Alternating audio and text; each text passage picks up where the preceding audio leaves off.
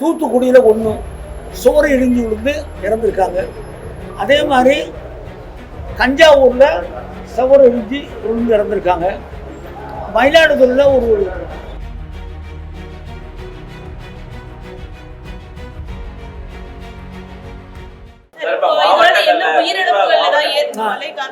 இன்னைக்கு 3 பேர் இறந்துருக்காங்க. 3 பேர் எப்படி இறந்துருக்காங்கன்னா, தூத்துக்குடியில் ஒன்று நேற்று சாயங்காலம் வரைக்கும் இல்லை. தூத்துக்குடியில் ஒன்று சுவர் இடிஞ்சு விழுந்து இறந்துருக்காங்க. அதே மாதிரி தஞ்சாவூரில் சுவர் இடிஞ்சு விழுந்து இறந்துருக்காங்க. மயிலாடுதுறையில் ஒரு 20 வயசு பையன் மின்சாரம் தாக்கி இறந்துருக்காரு. மொத்தம் 3 பேர் உயிரிழப்பு நேற்று மாலைக்கு மேலே நடந்திருக்கிறது. கால்நடை இறப்பு மொத்தம் 149. குடிசைகள் வீடுகள் சேதம் 234. நம்மிடம் எஸ்டிஆர்எஃப் என்டிஆர்எஃப் என்று சொல்லி ஏற்கனவே 28 குழுக்கள் இருந்தது. இப்பொழுது 10 குழுக்கள் வந்திருக்கிறது. அவர்கள் தனியாக விமானத்தில் வந்திருக்கிறார்கள். அவர்களும் சேர்த்து 38 பேர் நம்ம கைவசம் தயாராக இருக்கிறார்கள். எந்த பகுதிக்கு அவசியம் என்று தெரிகிறதோ அந்த பகுதிக்கு அனுப்புவதற்கு தயாராக இருக்கும். இப்போ மாவட்டங்களில் குறிப்பாக சென்னையில் பெரிய அளவில் மழை இல்லை, சுத்தமான மழை.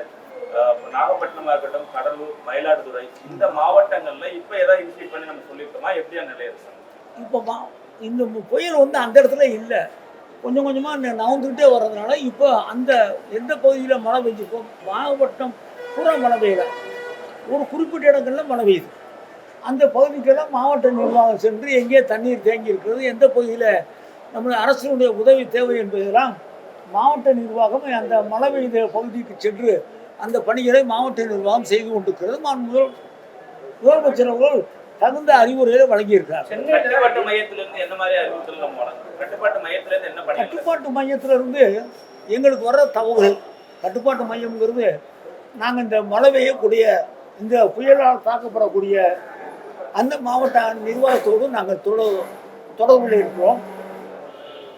மாவட்ட நிர்வாகம் எங்களிடம் என்ன உதவி கேட்கிறார்களோ அந்த உதவியை நாங்கள் நம்முடைய முதலமைச்சரோட கவனத்திற்கு கொண்டு சென்று அந்த பணிகளை நாங்கள் செய்து கொண்டிருக்கிறோம்.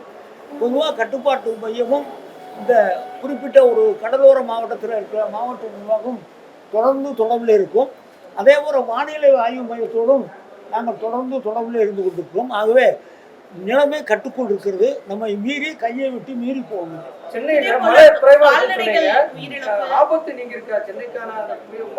மதியம் 1:30 மணி அளவில் இந்த புயலினுடைய தாக்கம் எப்படி இருக்கும், புயல் வேகமாக இருக்குமா வலுவிழக்குமா என்பதையெல்லாம் மதியம் சொல்வதாக வானிலை மையம் சொல்லியிருக்கிறார்கள்.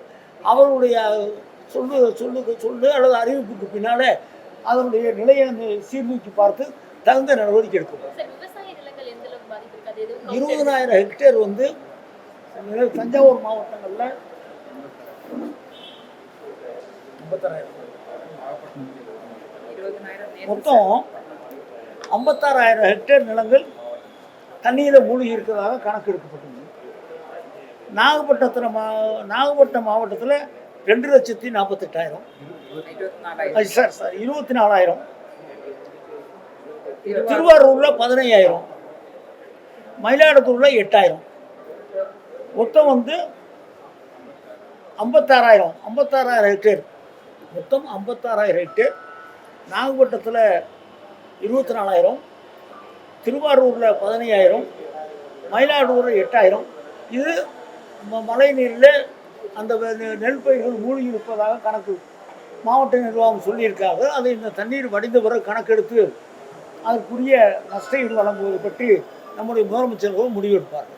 செய்திகளை உடனுக்குடன் தெரிந்து கொள்ள கீழ்கண்ட கேபிள் மற்றும் டிடிஹெச் நெட்வொர்க்குகளில் எம்நாடு செய்தி தொலைக்காட்சியை காணுங்கள். பாதகம் செய்பவரை கண்டால் நாம் பயம் கொள்ளலாகாது பாப்பா. மோதி மிதித்து விடு பாப்பா, அவர் முகத்தில் உமிழ்ந்து விடு பாப்பா. அண்மை செய்திகளை உடனுக்குடன் தெரிந்து கொள்ள இணைந்திருங்கள் எம்நாடு தொலைக்காட்சியுடன்.